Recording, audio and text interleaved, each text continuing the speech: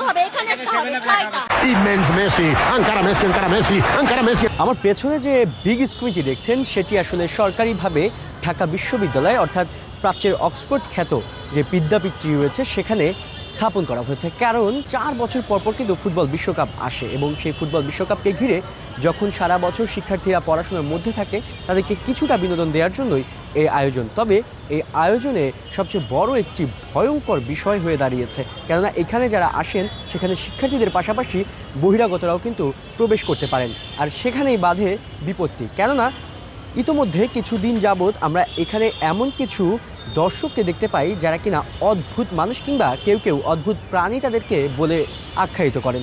Immens Messi, ancora Messi, ancora Messi, ancora Messi. এখান থেকে এবার শুরু হবে, এখানে একটা হবে 6টা। কারণ তাদের অঙ্গভঙ্গি এবং তাদের যে বডি ল্যাঙ্গুয়েজ সেটি আসলে অসভ্যতার পরিচয় দিয়ে থাকেন। তারা কিনা নানানভাবে কথা কিংবা শরীরী ভাষার মাধ্যমে সেই বিষয়গুলো প্রদর্শন করেন এবং যেগুলো যারা সুস্থ সুন্দর পরিবেশে বসবাস করেন তাদের জন্য একটি বিপাকে পড়ে যাওয়ার মতো অবস্থা হয়ে দাঁড়ায়। কেননা এখানে যারা আসেন এ ধরনের অদ্ভুত প্রাণী কিংবা অদ্ভুত মানুষ, তারা তাদের ব্যবহার, তাদের আচরণ, তাদের কথাবার্তার মাধ্যমে সবাইকে এমন একটি পরিস্থিতির মধ্যে ফেলেন তারা কিন্তু বিব্রত হন। এ সকল অদ্ভুত মানুষদের জন্য এখানে যারা সুস্থ সুন্দর পরিবেশে একটু বিনোদন নিতে আসবেন তারা বিমুখ হয়ে যাচ্ছেন।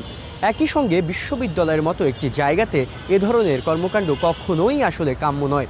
এই জায়গা থেকে অবশ্যই ঢাবি প্রশাসন তাদের যেই ব্যবস্থা নেওয়ার বিষয়টি সেটা তারা একবার নিয়েছিল খানিকটা সময়ের জন্য, তবে পরপরই কিছুক্ষণ পরই তারা আসলে সেই বিষয়টি শিথিল করে নেয় এবং পরবর্তীতে আবারও কিন্তু বহিরাগতরা আসতে পারে এবং আসার পরে এ ধরনের কর্মকাণ্ড করে থাকে। তো এই জায়গা থেকে আসলে এই ভিডিওটির মেসেজ আমরা যেই বিষয়টা দিতে চাই সেটি হচ্ছে এই ধরনের বিষয়গুলোকে অবশ্যই নজরদারিতে রাখতে হবে এবং একই সঙ্গে সুস্থ বিনোদন দেওয়ার জন্য যতটুকু কার্যকরী পদক্ষেপ নেওয়া দরকার সেটা অবশ্যই ঢাবি প্রশাসনকে নিতে হবে।